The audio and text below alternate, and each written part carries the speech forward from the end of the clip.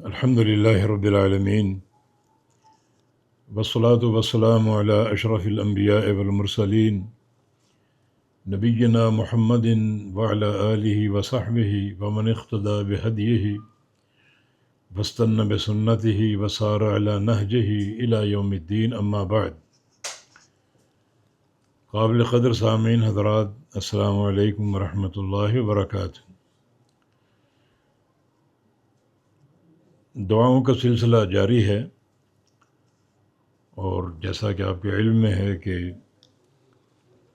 بہت سی دعائیں جو قرآن حکیم میں وارد ہیں، اور بہت سی دعائیں جو رسول اللہ صلی اللہ علیہ وسلم نے فرمائیں اور آپ کی احادیث سے ہم تک پہنچی ہیں، ان کی مختصر تشریح پیش کی جا رہی ہے۔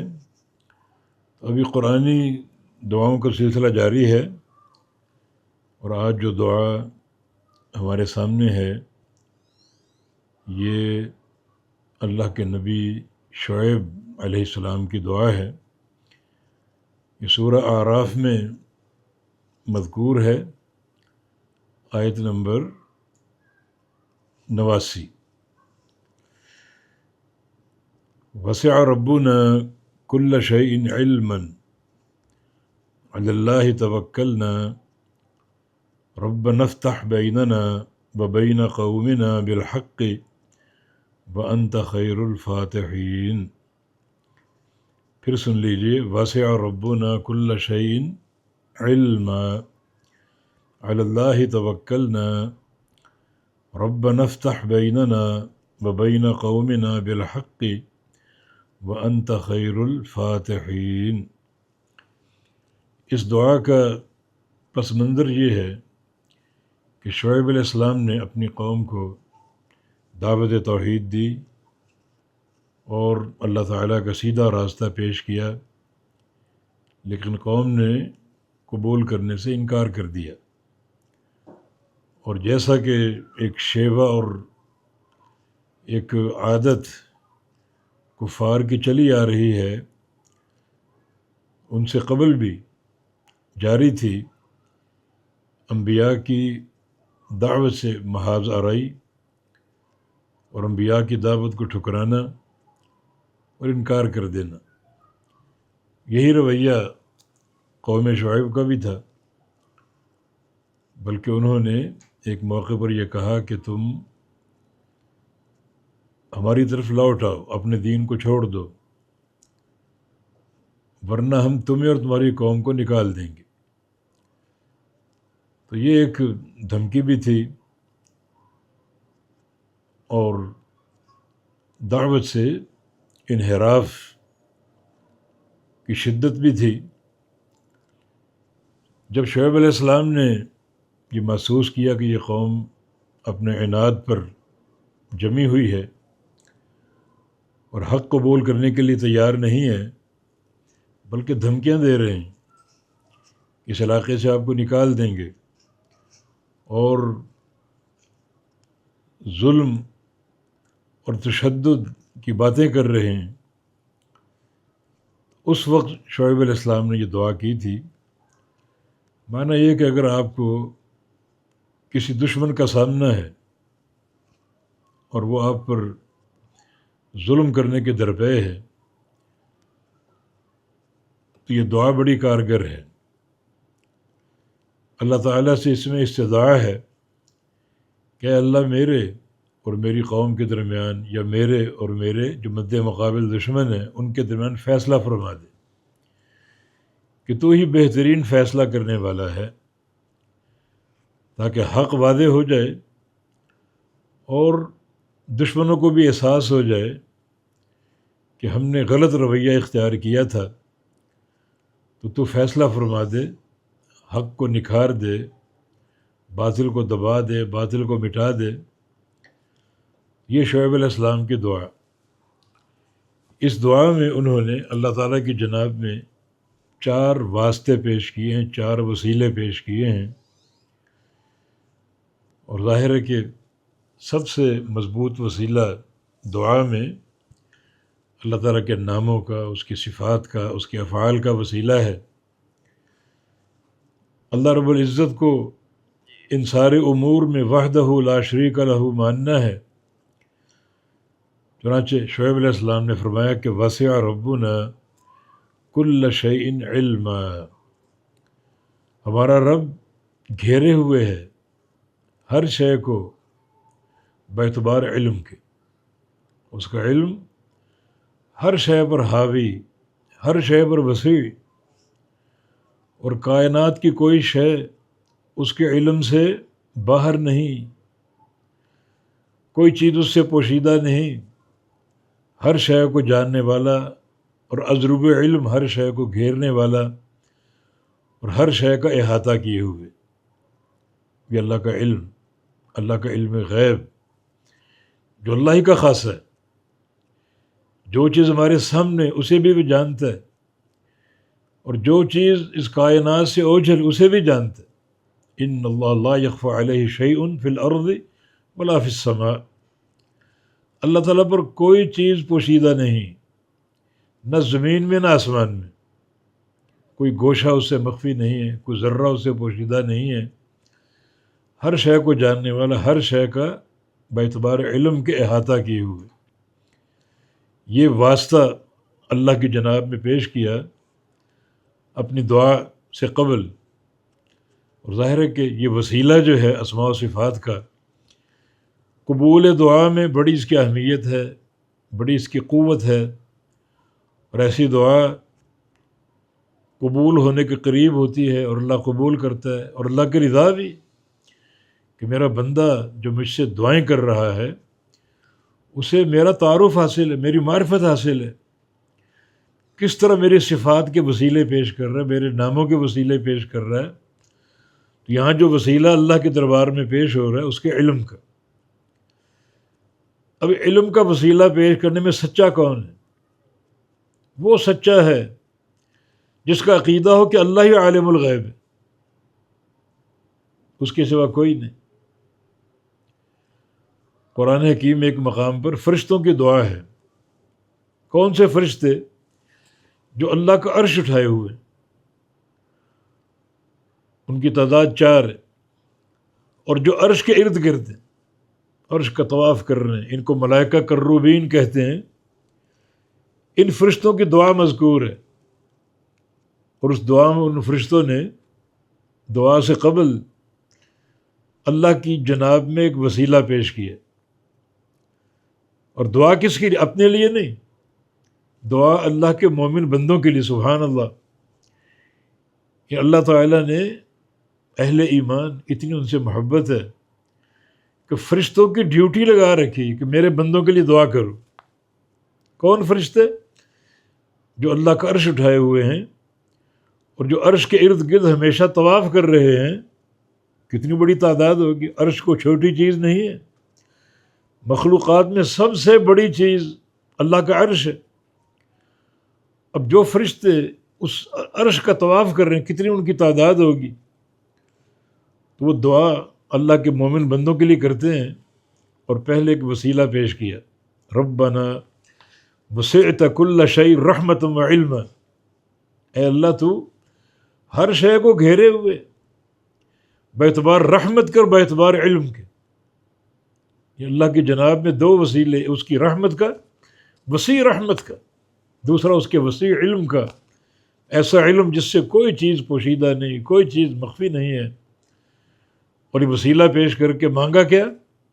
فاغفر للذین تابوا واتبعوا سبیلک وقہم عذاب الجحیم، اے اللہ جو تیرے بندے توبہ کرتے ہیں اور صرف تیرے راستے کی اتباع کرتے ہیں، تیری وحی کو ماننے والے، ان کو بخش دے، ان کو معاف کر دے، وقہم عذاب الجحیم، اور ان کو جہنم کے عذاب سے بچا لے۔ یہ فرشتوں کی دعا اہل ایمان کے لیے۔ یہاں فرشتوں کی دعا میں بھی جو وسیلہ اور واسطہ پیش ہوا اللہ کے علم کا، وسیع علم کا، تو میں بتا ہی رہا ہوں کہ اس وسیلے کو پیش کرنے میں سچا وہ ہے جو صرف اللہ کو عالم الغیب مانتا ہے۔ اب جو لوگ یہ دعا کریں اللہ کو اس کے علم کا وسیلہ پیش کریں، اور عقیدہ ان کا یہ ہو کہ اللہ کے علاوہ بھی غیب جاننے والے بہت ہیں، نبی غیب جانتے ہیں، ولی غیب جانتے ہیں، تو وہ اس دعا میں جھوٹ بولتے ہیں۔ وہ یہاں توحید کی اساس جو ہے وہ قائم رکھنی پڑے گی۔ جن کا یہ عقیدہ ہو کہ اللہ تعالیٰ ہی عالم الغیب ہے اور کوئی نہیں، اور جنہوں نے علم غیب کو تقسیم کر رکھا ہے، فلاں بھی غیب جانتا ہے، فلاں بھی غیب جانتا ہے، مردے بھی غیب جانتے ہیں، قبروں والے بھی غیب جانتے ہیں، ولی بھی غیب جانتے ہیں، نبی بھی غیب جانتے ہیں، وہ اس عقیدے کے باغی ہیں، کوئی دعا قبول نہیں ہوگی، نہ وہ اپنی سچائی اللہ کے سامنے پیش کر رہے ہیں۔ یہ وسیلہ، پہلا وسیلہ اللہ کی جناب نے دعا سے قبل کہ اللہ تو علم کے اعتبار سے ہر شے کو گھیرنے والا ہے، کوئی چیز تجھ سے پوشیدہ نہیں ہے، تو جانتا ہے سچا کون اور جھوٹا کون، رحمت کا مستحق کون اور عذاب کا مستحق کون۔ اب یہ ظالم قوم شعیب کس طرح دھمکیاں دے رہی ہے، اور تو جانتا ہے حق پر کون اور باطل پر کون ہے۔ یہ ہے پہلا وسیلہ۔ اور دوسرا کیا ہے؟ علی اللہ توکلنا، اس کا معنی حصر کے ساتھ ہے، صرف اللہ ہی پر ہم توکل کرتے، وہی کارساز ہے۔ توکل اللہ پر کرنا یہ فرض ہے، ہر کام میں، ہر معاملے میں اللہ پر توکل کرتے ہیں۔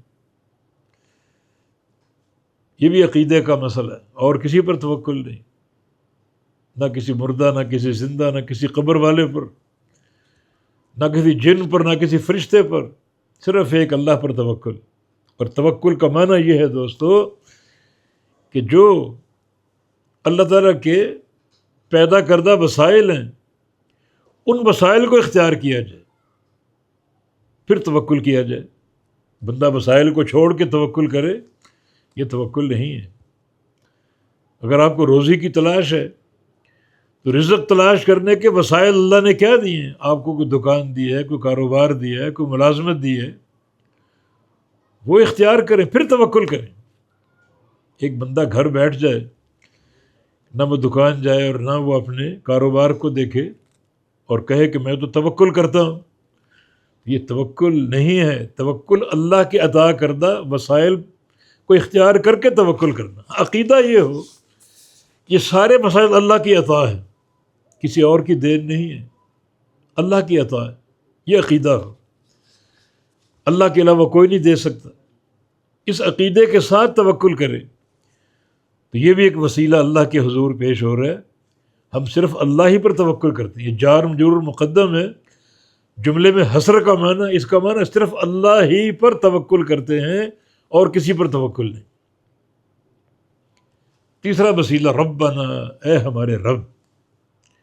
شعیب علیہ السلام کی دعا شروع ہو رہی ہے، اور دعا سے قبل ربنا، اے ہمارے رب، یہ بھی ایک وسیلہ بہت بڑا۔ تو ہمارا رب ہے، ربوبیت کی توحید، تو ہمارا خالق ہے، تو ہمارا مالک ہے، تو ہمارا رازق ہے، ہمارا مدبر ہے، ہمارا مشکل کشا ہے، ہمارا داتا ہے، ہمارا کارساز ہے، ہماری دستگیری کرنے والا ہے۔ یہ سارے معنی ہیں ربنا میں۔ پہلے سوچو، اس کو رب مانتے ہو اور کوئی داتا تو نہیں بنا رکھا، کسی اور کی دستگیری کے تو قائل نہیں ہو، فلاں حاجت روا اور فلاں مشکل کشا۔ اگر یہ سارے عقیدے ہیں نا، ربنا کہنے میں جھوٹے ہو تم۔ سچا وہی ہے جو اللہ کو رب ماننا ہو، ربوبیت کے سارے معنی کے ساتھ، کہ وہ خالق ہے، وہ مالک ہے، وہ رازق ہے، وہ مدبر ہے، مشکل کشا ہے، حاجت روا ہے، داتا ہے، غوث ہے، دستگیری کرنے والا ہے، تو پھر ربنا کہنے میں سچے ہو۔ اور اکثر دعا ربنا سے شروع ہو رہی، دعا کے آغاز ہی میں آپ کا عقیدہ جھوٹا سامنے آ رہا ہے۔ پورا صدق چاہیے، عقیدے کی پختگی چاہیے، ربوبیت کے سارے معنی کے ساتھ اس کو رب مان لو، ربوبیت کے سارے معنی کے ساتھ یاد رکھو۔ قبر میں پہلا سوال، مر رب کا، تیرا رب کون؟ بتاؤ، ساری زندگی 70 سال جیے، 80 سال جیے، کس کو رب مانا؟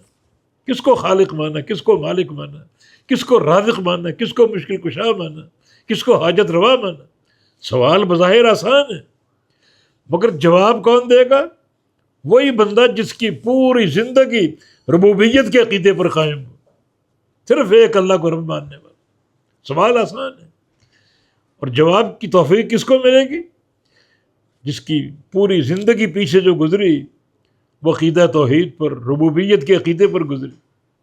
تو یہ تیسرا واسطہ، چوتھا واسطہ آگے آ رہا ہے۔ اب دعا کیا ہے؟ افتح بیننا و بین قومنا، یا اللہ فیصلہ فرما دے ہمارے درمیان اور ہماری قوم کے درمیان۔ اب یہ لوگ نہ تو مان رہے ہیں، نہ اطاعت کر رہے ہیں، نہ حق قبول کر رہے ہیں، نہ توحید کو سمجھ رہے ہیں، الٹا دھمکیاں دے رہے ہیں، ہم سے اور ہمارے متبعین سے تقاضا کر رہے ہیں کہ لوٹو ہماری طرف، اپنے اس دین کو چھوڑ دو، عقیدے کو چھوڑ دو، یا ہم تم کو یہاں سے نکال دیں گے۔ انتہائی ایک ظالمانہ سوچ۔ اب یہ ماننے کو آمادہ نہیں، ماننے کو تیار نہیں، تو پھر اے اللہ تو فیصلہ فرما دے۔ تو کوئی بندہ جس کو دشمن کے مظالم کا خوف ہو، اس کی زیادتیوں کا خوف ہو، کسی طرح آپ کی بات سمجھ نہ پا رہا ہو، تو یہ دعا آپ کر سکتے ہیں ان سارے وسائل کو، ان سارے واسطوں کو پیش کر کے، ربنا، اے ہمارے رب، افتح بیننا و بین قومنا، فیصلہ فرما دے ہمارے درمیان اور ہماری قوم کے درمیان، بالحق، کے حق کے ساتھ۔ تیرا ہر فیصلہ حق کے ساتھ ہے، ہر فیصلہ عدل کے ساتھ ہے، ہر فیصلہ حق کے ساتھ ہے۔ تو یہاں جو بھی حق کا تقاضا ہے تو جانتا ہے، اس تقاضے کے ساتھ ہمارے درمیان اور ہماری قوم کے درمیان فیصلہ فرما دے۔ اور چوتھا واسطہ کیا پیش کیا؟ وَأَنْتَ خَيْرُ الْفَاتِحِينَ، اور تو ہی سب سے بہترین فیصلہ کرنے والا ہے۔ جہاں بھی حصر کا انداز ہے، انت مبتدا ہے، معرفہ، اور خیر الفاتحین خبر ہے، یہ بھی معرفہ ہے۔ جب خبر معرفہ ہو تو کلام میں حصر آ جاتا ہے، مانا تو ہی سب سے بہترین فیصلہ کرنے والا ہے۔ یہ بھی وسیلہ اللہ کے حضور میں پیش کیا، اور ان 4 وسیلوں کو پیش کر کے اللہ تعالیٰ سے کیا طلب کیا کہ ہمارے اور یہ ظالم قوم، ظالم دشمن ہمارے درمیان حق کے ساتھ فیصلہ فرما دے، حق کو نکھار دے، باطل کو دبا دے، جو بھی حق ہے اس کو آشکارا کر دے۔ یہ شعیب علیہ السلام کی دعا، بہت سا اس میں علم ہے، بہت سا عقیدہ ہے، اور بہت سے توحید کے گوشے ہیں جو اس دعا نے روشن کیے۔ اللہ پاک ہم کو فہم توحید عطا فرما دے، اور اللہ رب العزت ہر دشمن کے شر سے ہماری حفاظت فرمائے۔ اللہ تعالیٰ سلامتی دے دے، عقیدے کی سلامتی دے دے، ایمان کی سلامتی دے دے۔ بارک اللہ فیکم، اقول قولی ھذا واستغفر اللہ لی ولکم، وآخر دعوانا ان الحمد للہ رب العالمین۔